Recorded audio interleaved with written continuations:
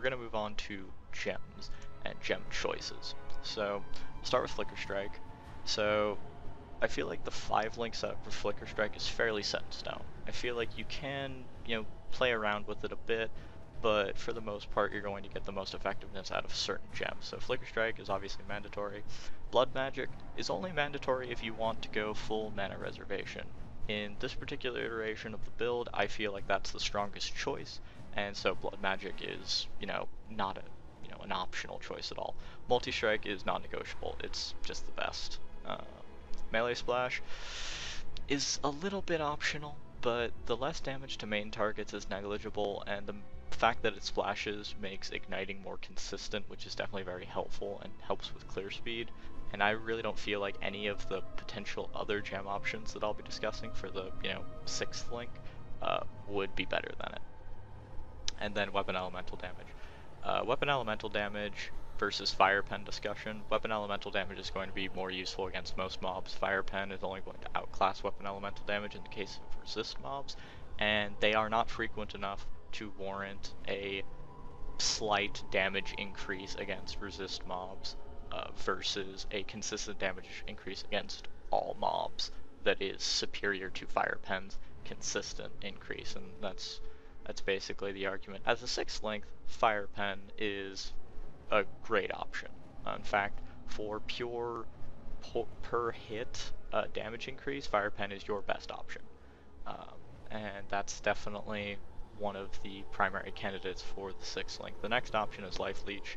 It's going to give you more defensive options, especially in an elemental based build, with your only leech options being a crafted rare weapon from Katarina, which we can't make use of, a Doriani's Invitation, which is sort of hard to get your hands on initially, and are usually rather expensive, and a Diadian Dawn, which is another potential option, maybe not as consistent as the Doriani's, but potentially there.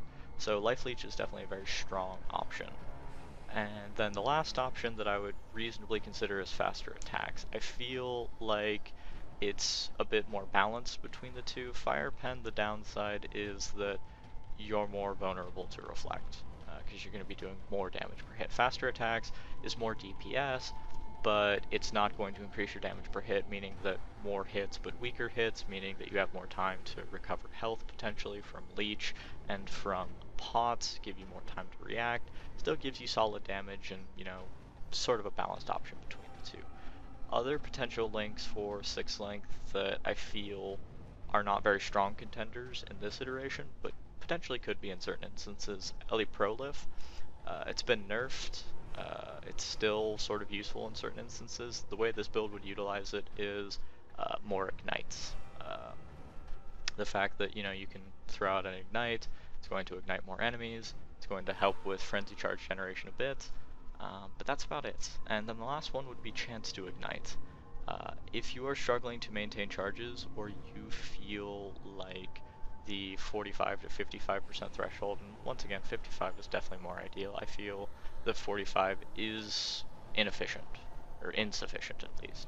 That you definitely want a little bit more, but I would really like to, if if possible, to avoid grabbing this cluster, because the 10% is ignite is nice, but you get minimal increased fire damage, and you don't care about burning damage all that much, so if you can avoid it, it'd be preferable. But chance to ignite could be a very strong option. At 25% at level 1 alone, you're going to be hitting 70% ignite chance pretty easily. It could be a very strong option. Could potentially save you gear slots, etc. Like the Mogus, for instance. You could potentially replace this with a rare ring if you ran chance to ignite. I personally have never got my hands on 6 links besides, tabulas, so I wouldn't say for most people that's an incredibly reasonable option, but hey, you got the money, you want to scale this higher, that's what it's all about, so I'd say go for it. But I feel like those are all of the reasonable options for a 6 link that you could run, with pretty few exceptions to that rule. So that is definitely the primary aspect of the build, is Flicker Strike itself. The next aspect is auto cursing. So very straightforward, standard. You've seen it before. Herald of Thunder, curse on hit. Warlord's Mark. The reason I picked Warlord's Mark is for the leech. It helps cover the cost of Flicker Strike, which is sitting at 89 health per attack. As I sort of pointed out before, we're attacking almost 7 times a second, meaning that the health investment is, reasonably high. Warlord's Mark with the leech definitely helps to offset that. The endurance charge generation makes you a little bit tankier, which is very nice. So pretty strong option there. The other options would be flammability or elemental weakness. Flammability, obviously more per hit damage for fire, and the increased ignite chance is very solid. You could potentially start manually cursing, maybe even dual cursing if you really want to get into it. The tree doesn't get particularly near dual cursing, but I mean, it's close enough to, entertain the idea at least. The double curse jewel was removed, so that's not a potential, viable option anymore. And I wouldn't throw in like a Dodri's ring to make that happen either. I just don't think that's a very viable option there.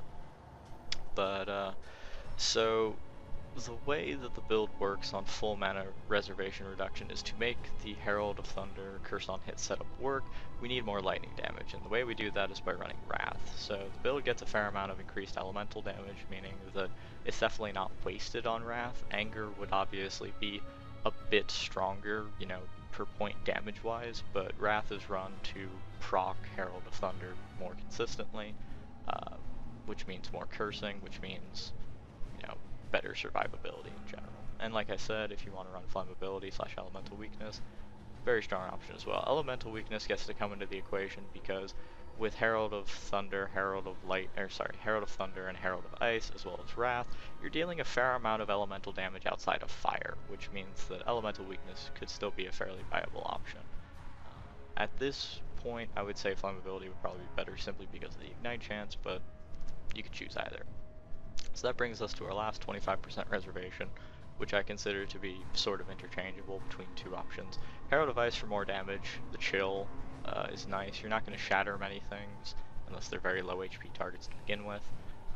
And Arctic Armor. So my understanding of the Arctic Armor interaction with Flicker is that Flicker is not technically moving. The way I've essentially tested that is when I'm punctured, if I'm basically on top of the target, I will not be taking damage. If I move, sort of, around a bit, I'm going to be taking, bleed damage, but for the most part, you're not being consistently, bled. So with that in mind, Flicker is basically, for all intents and purposes, stationary. Once again, I could be wrong. It's rather hard to test this, especially on, an acrobatics character that's taking so much damage per hit. To begin with, the 10% reduced damage is really not very noticeable. I've tried multiple times to, stand still, get hit, flicker around the target, get hit again, but their damage ranges, you're not going to take the same amount of damage every single time. It's kind of hard to tell. To me, it seems like it's working. If anyone wants to clarify and say, hey, you're stupid, totally doesn't work that way, that's fine. Then Arctic Armor probably isn't a very viable option here, and Herald of Ice is probably your best bet if you want to go for full mana reservation. But that's my understanding at this point in time. So with that behind us, those are basically the base, core gem setups for the build. Outside of this, you have quite a few bit of gem slots left.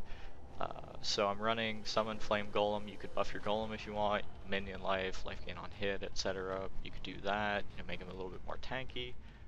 Summon Flame Golem, by the way, is chosen because Ice Golem is worthless to the build, and in RT you don't care about accuracy or critical strike, so you're fine on that front. And then Chaos Golem, physical damage reduction is nice, and basically it's do you want more damage or more survivability. They're interchangeable, you can choose which either one you prefer. Both are solid options. So you could choose to summon Flame Golem, you can choose that option and buff him. Or you could keep him in a single gem slot and just sort of forget him. Either way, it's not a huge deal. But other gem options include, for me primarily, is a Leap Slam setup with Blood Magic, faster attacks, and Fortify.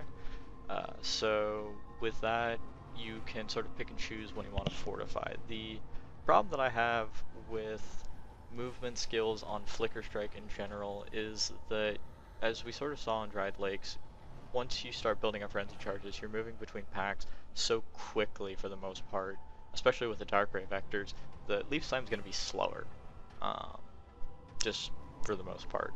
And that keeping up Fortify every 6 seconds, especially when you're, consistently jumping from pack to pack like that, it just makes it kind of annoying. Against strong single targets, especially in hardcore, this will obviously change, priority-wise, but I don't prefer to do that if I can. I've run Fortify as a 5th link in this build before, and, it's nice and everything, defensively, but obviously it's rather inefficient. It's a convenience factor more than anything else. If you got a 6th link, maybe you run it in the 6th link if you, are lazy like me, and you really just don't want to press any other buttons besides Flicker Strike. But that's pretty much where you end up on that front. And then, last links you could throw in potentially Vengeance. The idea of Vengeance chance to ignite appealed to me. The problem is, of course, is that with the amount of dodge and evasion you'll be getting in this build fairly consistently, Vengeance will not be proccing all that much. And so it's definitely not a very reliable mechanic to try and generate frenzy charges with.